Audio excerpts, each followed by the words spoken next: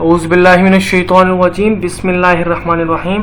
अस्सलाम वालेकुम स्टूडेंट्स। तो ये आ गई हमारी ENG 101 की असाइनमेंट स्प्रिंग 2023 की। इसके जो आपके टोटल मार्क्स हैं वो है 20 हैं। और आगे बढ़ने से तमाम स्टूडेंट एक बार इंस्ट्रक्शन ज़रूर रीड आउट कर लीजिएगा और इस पर अमल कीजिएगा। उसके बाद सिंपली हमने क्वेश्चन की तरफ बढ़ते हैं।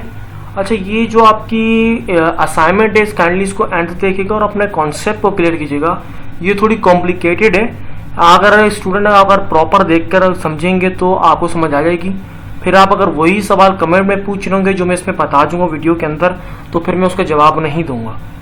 तो काइंडली वीडियो को एंड तक देखिए और अपने कॉन्सेप्ट बनाइए। कॉन्सेप्ट मेन चीज़ होती है। कॉन्सेप्ट आप एक कॉन्सेप्ट क्लियर होंगे ना, तो आप अगर एग्जाम्स में से रिलेटेड कोई भी अगर सवाल आपके पास आते हैं तो आपके जब कॉन्सेप्ट बने होंगे तो आप खुद सॉल्व भी कर पाएंगे। वहाँ पर आपको किसी टीचर से पूछने के लिए या कोई आपको गाइड की ज़रूरत नहीं पड़ेगी। तो सिंपली हमारा क्वेश्चन नंबर 1 है, इसमें क्या बोल रहे हैं, ये थोड़ी कह रहे हैं the topic sentence in a paragraph clearly state the main idea of the paragraph while it is usually at the beginning of the paragraph, it is also can be in the middle or end of it. Keeping this in mind, read the following paragraphs and identify the topic sentence. कह रहे कि topic एक sentence है paragraph का, वो आपको एक topic दिया जाता है जो आपको आइडिया देता है कि पैराग्राफ में बोला क्या गया है। मतलब ये पूरा एक पैराग्राफ नीचे आपको पास मेंशन है। कह रहे हैं कि एक पैराग्राफ होता है, उसके अंदर एक होता है टॉपिक। एक सेंटेंस जो है टॉपिक बता रहा है कि इस पूरे पैराग्राफ में किस चीज़ के बारे में बात हो रही है। टॉपिक का मकसद होता है कि इस टॉपिक पे, मतलब मिसाल के तौर पे कोई चीज़ है, मिसाल के तौर पे मैं वर्चुअल यूनिवर्सिटी के ये पैराग्राफ पर लिखा और वी हुआ एक सेंटेंस में मैंने यूनिवर्सिटी का नाम मेंशन किया है, तो नीचे तमाम डिटेल्स हमारी अपनी यूनिवर्सिटी वर्चुअल यूनिवर्सिटी की बात हो रही है। तो ये होता है टॉपिक का आइडिया होता है। टॉपिक एक होता है और उसके अंदर पैराग्राफ के अंदर ये एक स्टेटमेंट के अंदर मेंशन किया जाता है। उससे आपको पता चलता है कि इस पूरे पैराग्राफ में किस चीज़ के बारे में बात हो रही है। कह रहे आगे कह रहे हैं यूजुअली ये जो होता है पैराग्राफ के जो टॉप में शुरू की लाइन में ये चीज़ मेंशन होती है, लेकिन कभी कभार मिडल में आ जाता है या कभी कभार आखिर में भी टॉपिक जो है सेंटेंस का वो आपको पता चलता है कि ये है, वरना एक वेस्ट में। कीपिंग दिस माइंड, कह रहे आपने इसको अपने जहन में रखना है इस चीज़ को। और नीचे आपको कुछ पैराग्राफ दिए हैं, उनको देखते हुए आपने उनके जो टॉपिक का सेंटेंस है वो आपने बताना है। अच्छा, तो इसमें वीडियो काफ़ी लेंथी हो जाएगी, लेकिन मैं इसमें थोड़ा बहुत टू द पॉइंट शॉर्ट करूंगा। इतने डिटेल में आपको नहीं समझाऊंगा, लेकिन आप समझिए, कोशिश कीजिए ताकि आपको इसमें भी समझ आ जाए। तो सिंपली हमारे पास एक पैराग्राफ है, इसको हम लोग ज़्यादा एक्सप्लेन नहीं करेंगे। मैंने तो वैसे ये रीड किया है, तो असाइनमेंट देखिए, मैं समझ चुका हूँ इसका क्या आंसर है। तो मैं आपको शॉर्ट करके मैं सिंपली बता देता हूँ कि ये जो पैराग्राफ है इसमें जो ऊपर की एक लाइन अगर आप देखें, The process of creating the barbecue is even more fun and important than the result. कह रहे कि बारबेक्यू जो होती है, जो बारबेक्यू आप लोग जो गोश्त की बारबेक्यू जो करते हैं, वो सीखों में बोटियाँ लगा के आप जो बना रहे होते हैं, बारबेक्यू का जो प्रोसेस होता है क्रिएट करने का, वो बहुत ही फन वाला होता है। उसमें बहुत ही एक इम्पॉर्टेंट होता है। मतलब बारबेक्यू तैयार होने से पहले जिसका प्रोसेस जो बनाने का होता है वही बहुत ज़्यादा फन वाला होता है, बहुत ही इंजॉयबल होता है, उसको बंदा बहुत एंजॉय करता है। ये है। अब देखिए हमारे यहाँ से चल गया बारबेक्यू के बारे में बात हो रही है। तो अब आगे देखें, फर्स्ट फैमिली हैज डिसाइड एग्जाम्पली, आगे पे तमाम डिटेल्स ऐसी मेंशन की गई है, लेकिन यहाँ पर जो है जो सेंटेंस हमारा टॉपिक कहलाएगा, हमें लग रहा है बारबेक्यू के बारे में बात हो रही है, तो ये पूरा सेंटेंस हमारा कहलाएगा टॉपिक सेंटेंस। मैं इसको हाईलाइट करता हूँ और इसके आगे अपना आंसर मेंशन कर देता हूँ। ये सेंटेंस पूरा जो है ये हमारे इस पैराग्राफ का टॉपिक है। ठीक है, यहाँ तक ये हमारा हो गया 1 पैराग्राफ हो गया। साथ साथ में सॉल्व करता रहूँगा ताकि आपको आइडिया होता रहे। आगे बढ़ते सेकंड जो पैराग्राफ है।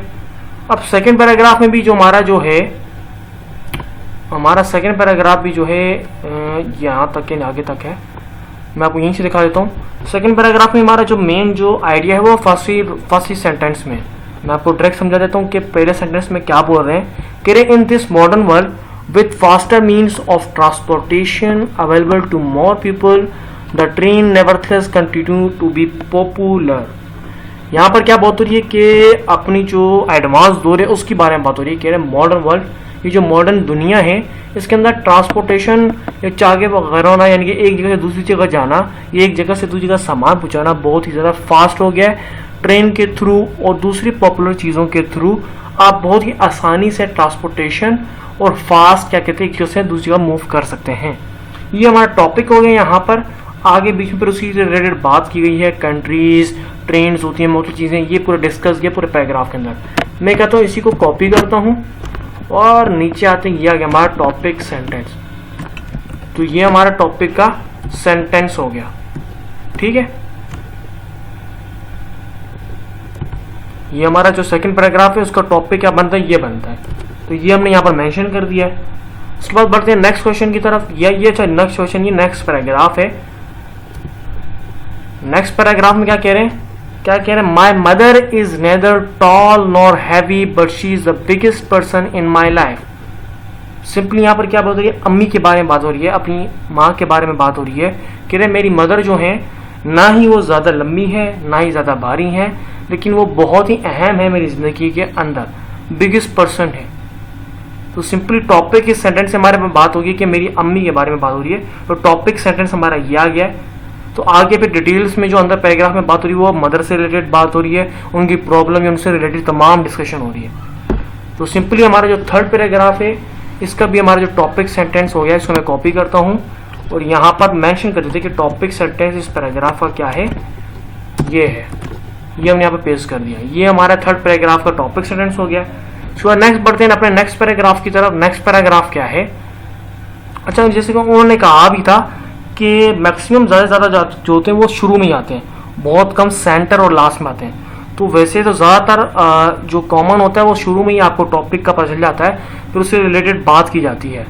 बीच में कभी भी कोई टॉपिक का नेम डिस्क्राइब नहीं होता है, बहुत ही कम इसकी कोई स्टोरी होती है, कोई इस तरह की चीज़ आ जाती है तब होता है, या आखिर में आपको पता चलता है। वरना जितनी भी स्टेटमेंट या पैराग्राफ होते हैं आपको शुरू में फर्स्ट लाइन में आपको डिटेल्स में आ जाती है किस चीज़ के बारे में बात की जाएगी।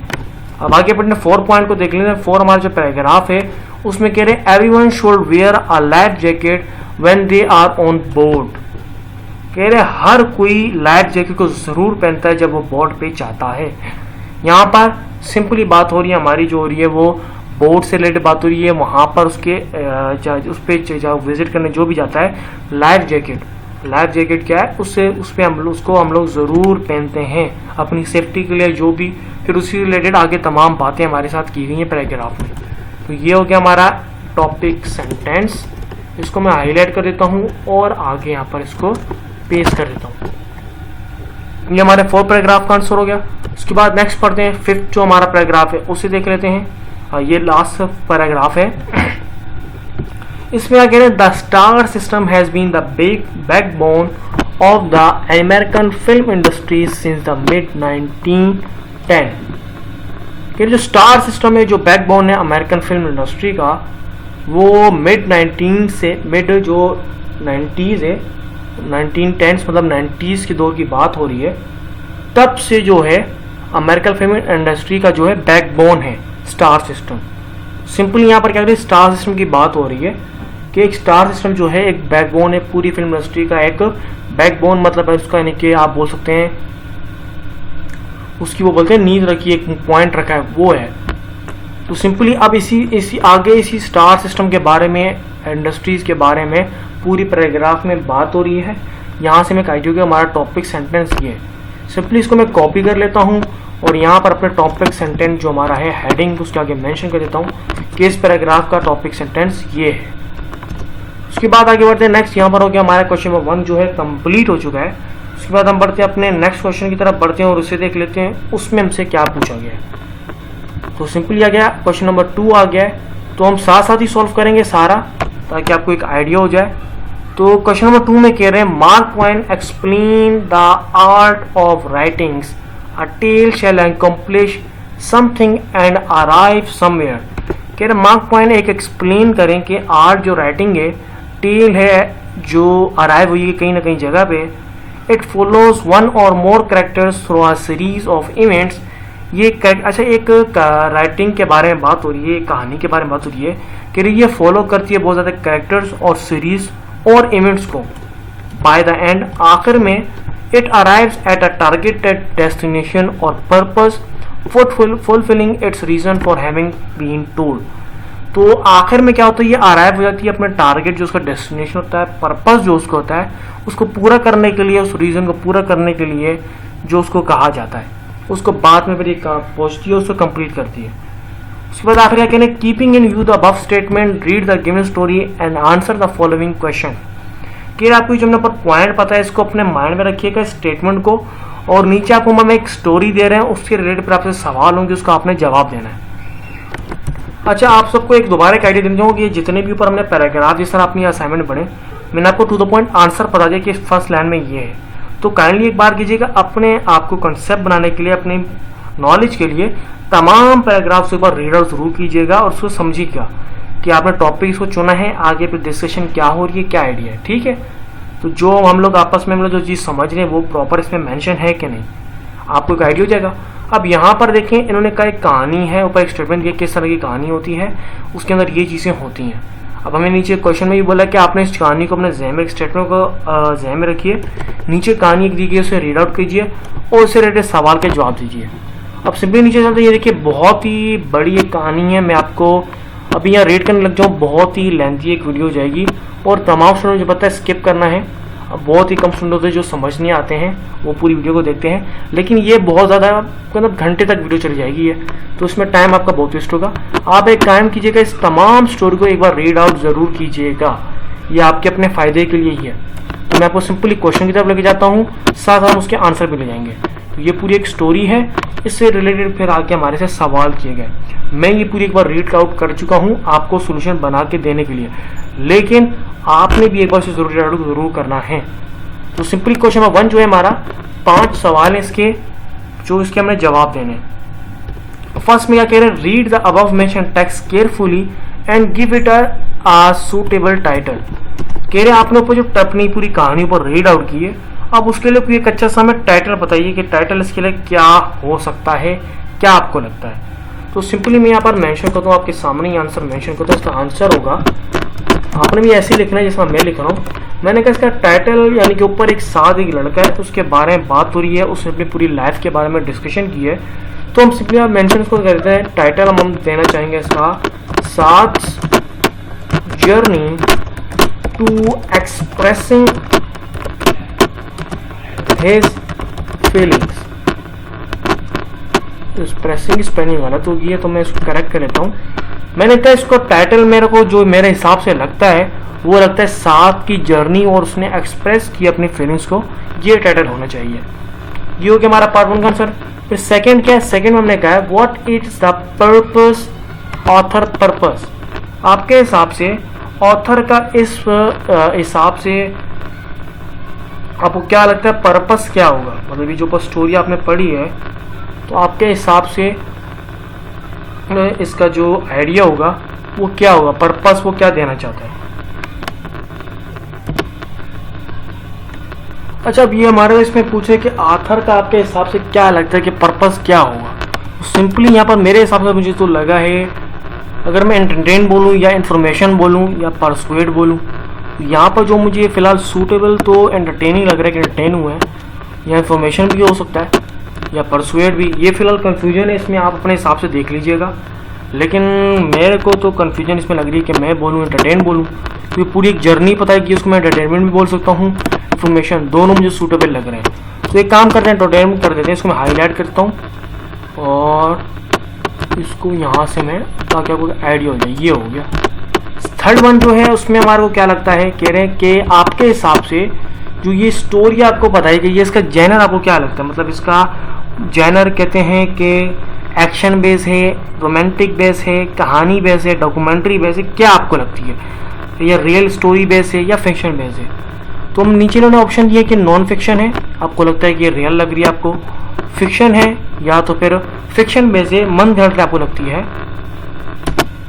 या फॉल्क फोल, मतलब आपको लगती है कि ये ऐसी नॉर्मल, यानी कि फॉल्क फ्लोर को क्या बोलेंगे कि जो आपको कहानी बेस होती है ना, आपको पोइम्स टाइप, उस टाइप की लग रही है। तो मैंने सिंपल लगी, ये मुझे लगती है फिक्शन लगती है, तो इसको मैं हाईलाइट कर देता हूँ, बोल्ड कर देता हूँ और इसको मैं यहाँ से हाईलाइट कर देता हूँ। तो मेरे हिसाब से पार्ट 3 का आंसर ये है। उसके बाद लगा हमारा जो 4th क्वेश्चन है उसे देख लेते हैं। अच्छा, 4th पॉइंट जो हमारा है उसे क्लियरली देख लेते हैं कि उसमें हमसे क्या पूछा गया है। कह रहे मेंशन करें narrator's point of view after reading the text. कह रहे आप टेक्स्ट को रीड करने के बाद आपको क्या लगता है कि नरेटर जो है जो नरेटर है उसका पॉइंट ऑफ व्यू क्या है। मैंने कहा मेरे हिसाब से मुझे लगता है कि नरेटर का जो पर्सन है वो है थर्ड पर्सन है, ओमनीसिशेंट है, ओमनीसिशेंट है। तो मैं इसको क्या करता हूँ, बोल्ड कर देता हूँ और इसको मैं हाईलाइट कर दूँ कि मेरे हिसाब से इसका ये आंसर मुझे लगता है। फिफ्थ है, what is the tone of the writer in the text. आपके हिसाब से जो राइटर की जो टोन थी वो क्या थी, उसका बात करने का तरीका, जो कहानी उसने बताई है उसका वे क्या था, उसका टोन क्या था, आयरनिक थी, स्टैटिकल थी या ग्लूमी थी।